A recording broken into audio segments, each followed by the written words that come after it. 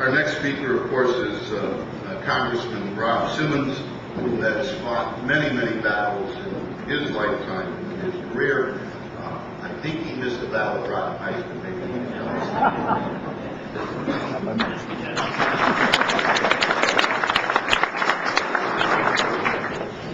Thank you, Dennis. Thank you, distinguished visitors.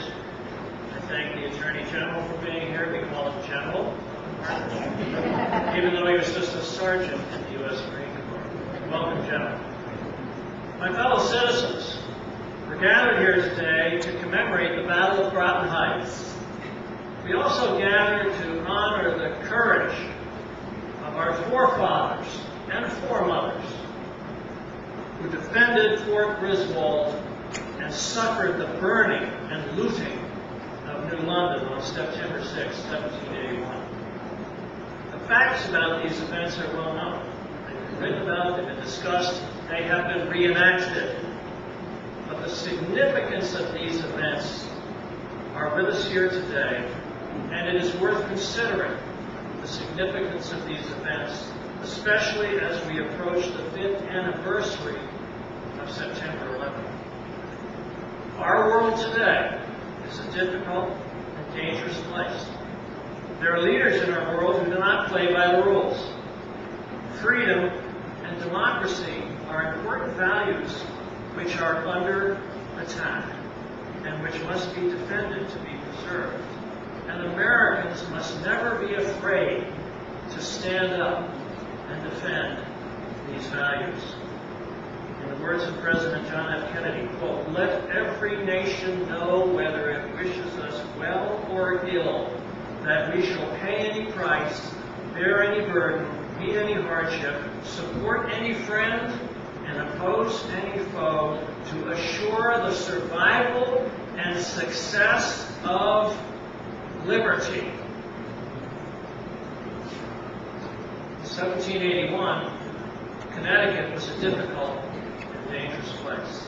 The Revolutionary War had been raging since our Declaration of Independence in 1776. Enemy soldiers had attacked other points of the shoreline, including my own hometown of Stonington, where the cannonballs, the British cannonballs, are still displayed along the streets of the borough.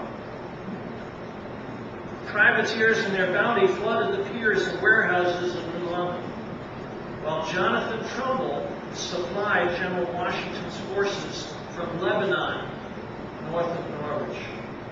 It was a difficult and a dangerous time. British forces on that day were led by the traitor, Benedict Arnold, who was born in Norwich and who knew the area and who also had knowledge of the revolutionaries' warning codes, which allowed him easy access to New London and to landings on both sides of the Thames River. The purpose of the attack for the British on that day was to punish this so-called nest of pirates, to kill the defenders, recover their bounty, burn their warehouses, sink their ships, and terrorize the people. The American soldiers were outnumbered at least 8-1, maybe more. Their undefended homes and barns were ruthlessly burned amid the cries of innocent women and children. Most of New London was burned to the ground. East of the Thames River, Colonel Eyre, the British commander, demanded the surrender of Fort Griswold. But Colonel Ledger, expecting reinforcements, responded, quote, "We will not give up the fort, and let the consequences be what they may."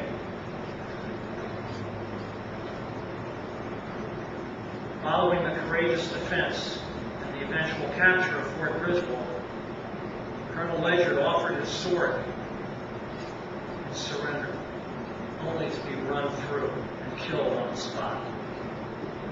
Wounded defenders were bayoneted on the ground by British soldiers and then stacked like boards of wood in a wagon that was set off down the hill, where more were killed when it collided with the stump of an old apple tree. And yet, in spite of the overwhelming odds and the terrible casualties, the battle became a political victory for the revolutionary cause.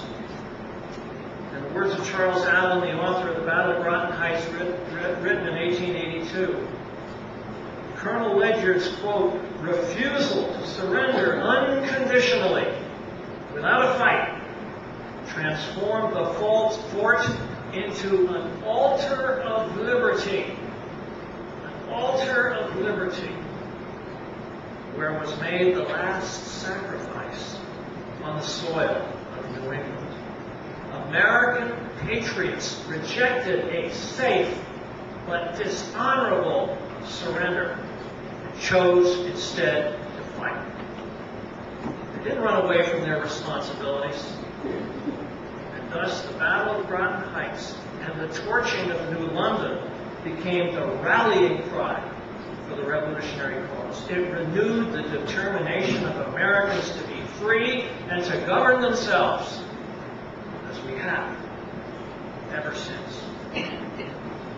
As we approach the 5th anniversary of the terrorist attacks of September 11th, the Battle of Groton Heights, over 225 years ago, has special significance. You're reminded once again, the world is a difficult and dangerous place. That international terrorists and others do not play by the rules.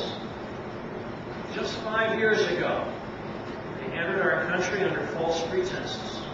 They abused our hospitality, hijacked our planes, and killed thousands of defenseless citizens, men, women, and children, to include a mother and daughter from New London and a young man from my hometown of Stillington. And since that time, numerous attempts have been made against us, so far thwarted by authorities at home and abroad. Just in the last month, significant plots have been uncovered in Canada and in the United Kingdom that threaten our own people and our neighbors to the north. But once again, as we did 225 years ago, America stands for its values and refuses to be terrorized. And this is the proper response of a free people. This is what you do. Defend your homes, your families, and your way of life. This is what binds us together here today with our forefathers and our foremothers 225 years ago. This is what made America great back then. This is what can make us great here today. So as we honor, celebrate, reenact the Battle of Groton Heights over this week, let us also remember our own responsibilities in these difficult times to sustain and support and defend our own freedom, our own democracy. Let us always remember the lessons of Fort Griswold. Thank you. God bless you.